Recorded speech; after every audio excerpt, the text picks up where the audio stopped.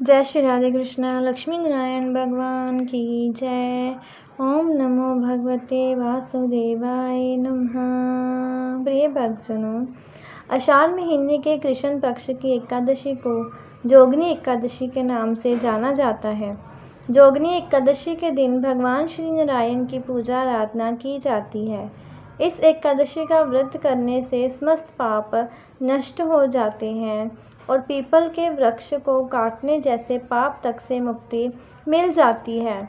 इस व्रत के प्रभाव से किसी के दिए हुए श्राप का निवारण भी हो जाता है।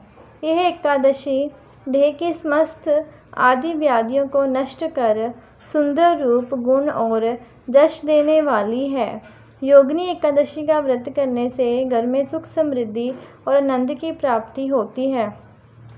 तो ये व्रत तीनों लोकों में बहुत ही प्रसिद्ध है। योगिनी एकादशी के व्रत का बहुत अधिक पुण्य मिलता है।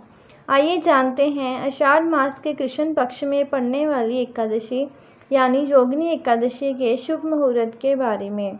आषाढ़ मास के कृष्ण पक्ष के एकादशी तिथि का प्रारंभ 21 जून को सुबह 7:18 से होगा और एकादशी तिथि की समाप्ति 22 जून को सुबह 4:27 तक होगी।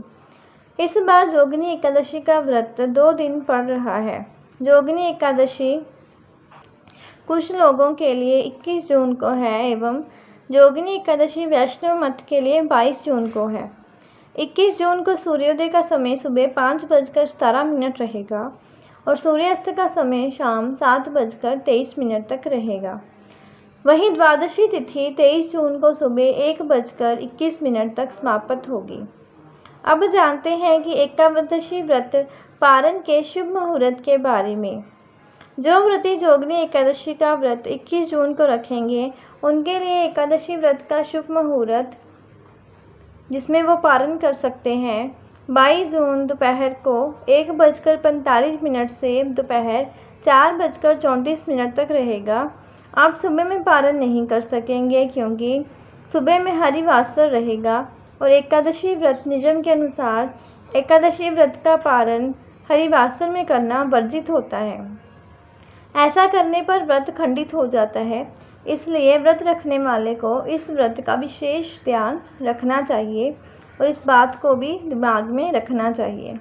जो व्रती योगिनी एकादशी का व्रत 22 जून को रखेंगे उनके लिए एकादशी व्रत पारण का शुभ मुहूर्त 23 जून को सुबह 5:17 से सुबह 8:06 तक रहेगा। शास्त्रों के अनुसार एकादशी के दिन जो लोग उपवास रखते हैं और सच्चे मन से विष्णु भगवान की पूजा करते हैं उनके जीवन में अच्छी सेहत और सुख समृद्धि की प्राप्ति होती है। एकादशी के दिन भगवान विष्णु को पीले पुष्प, पीले वस्त्र और हल्दी मिला हुआ जल अर्पित करने से मनोकामना पूर्ण होती है।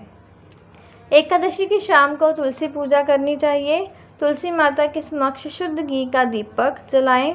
इस दिन ओम नमो भगवते वासुदेवाय नमः मंत्र का आप जाप कर सकते हैं। तुलसी माता की परिक्रमा करें। इस दिन आप गरीब लोगों को वस्त्र दान कर सकते हैं। अनाज और फल आदि भी दान कर सकते हैं।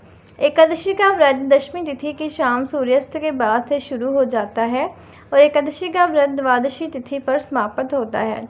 दशमी तिथि पर सूर्यास्त से पहले भोजन कर लें। इस दिन तामसिक भोजन से परहेज करें और सात्विक और फल का आहार ले सकते हैं। एकादशी के दिन सुबह जल्दी उठकर स्नान करना चाहिए। फिर व्रत का संकल्प लेते हुए कहना चाहिए, हे जगत के पालनहार भगवान विष्णु, आज मैं एकादशी का व्रत रख रहा हूँ। मेरा ये व्रत निर्विघ्न पूरा हो जाए, इसकी शक्ति प्रदान करने की कृपा करें। इसके बाद भगवान विष्णु के समक्ष दीप प्रज्वलित करें, गंगाजल से उनका अभिषेक करें, उन्हें तुलसी जल अर्पित करें, फल का भोग लगाएं और अंत में आरती करें। इस दिन एकादशी व्रत कथा का श्रवण भी अवश्य करना चाहिए, तभी एकादशी व्रत का पुण्य फल प्राप्त होता है।